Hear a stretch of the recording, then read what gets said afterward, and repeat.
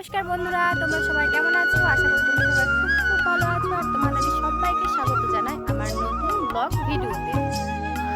আমি বাপের বাড়ি এসেছি প্রায় 2 মাস হয়ে গেছে। কালকে আমরা বাড়ি ফিরে যাব, তাই আমি আমার বড়মা মশাইকে বলছি যে তুমি বাজারে যাও, চিকেন নিয়ে আসো। তো ও তো চলে গেছে চিকেন নিয়ে আসতে।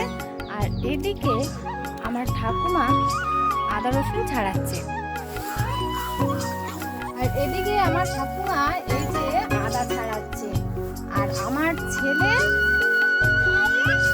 একটা ভাঙা ট্রলি ব্যাগ নিয়ে খেলা করছে। দেখো, মনে করছে যে ও কোথায় যেন ঘুরতে যাচ্ছে।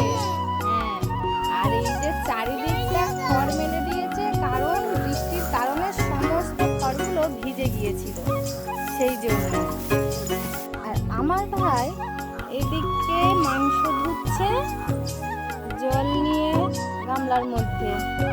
আমার মা মাঠে গিয়েছিল, মাঠের থেকে বাড়ি ফিরে এসেছে। আর এখানে এখন এই রান্নার ব্যবস্থা করছে, কারণ আমার মা আলাদা রান্না করে খায়। আর কেন খায় সেটা তোমাদেরকে অবশ্যই বলবো। মা এখানে রান্না করার জন্য পনির নিয়ে নিয়েছে আর শুকনো শুকনো পালং শাক কাটছে। এই পালং শাক দিয়ে পনির দিয়ে রান্না হবে।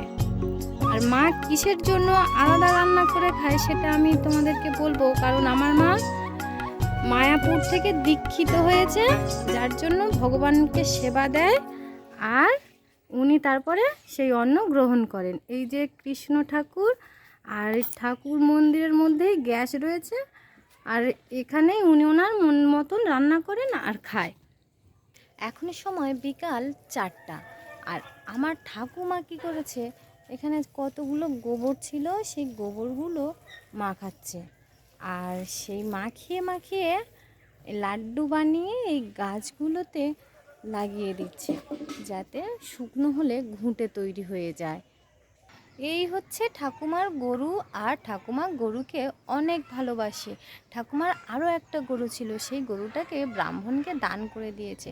সবাই বলে গরু দান করা নাকি অনেক পুণ্যের ফল, বা গরু দান করলে অনেক শুভ কাজ হয়, যেটা সবাই বলে থাকে।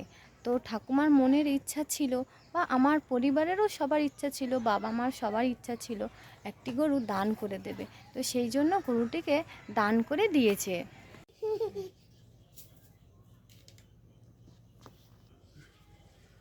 এখন বাজে 5টা। তো আমি কিছু জামা কাপড় তুলবো, তুলে আর যাব কলে জল আনতে।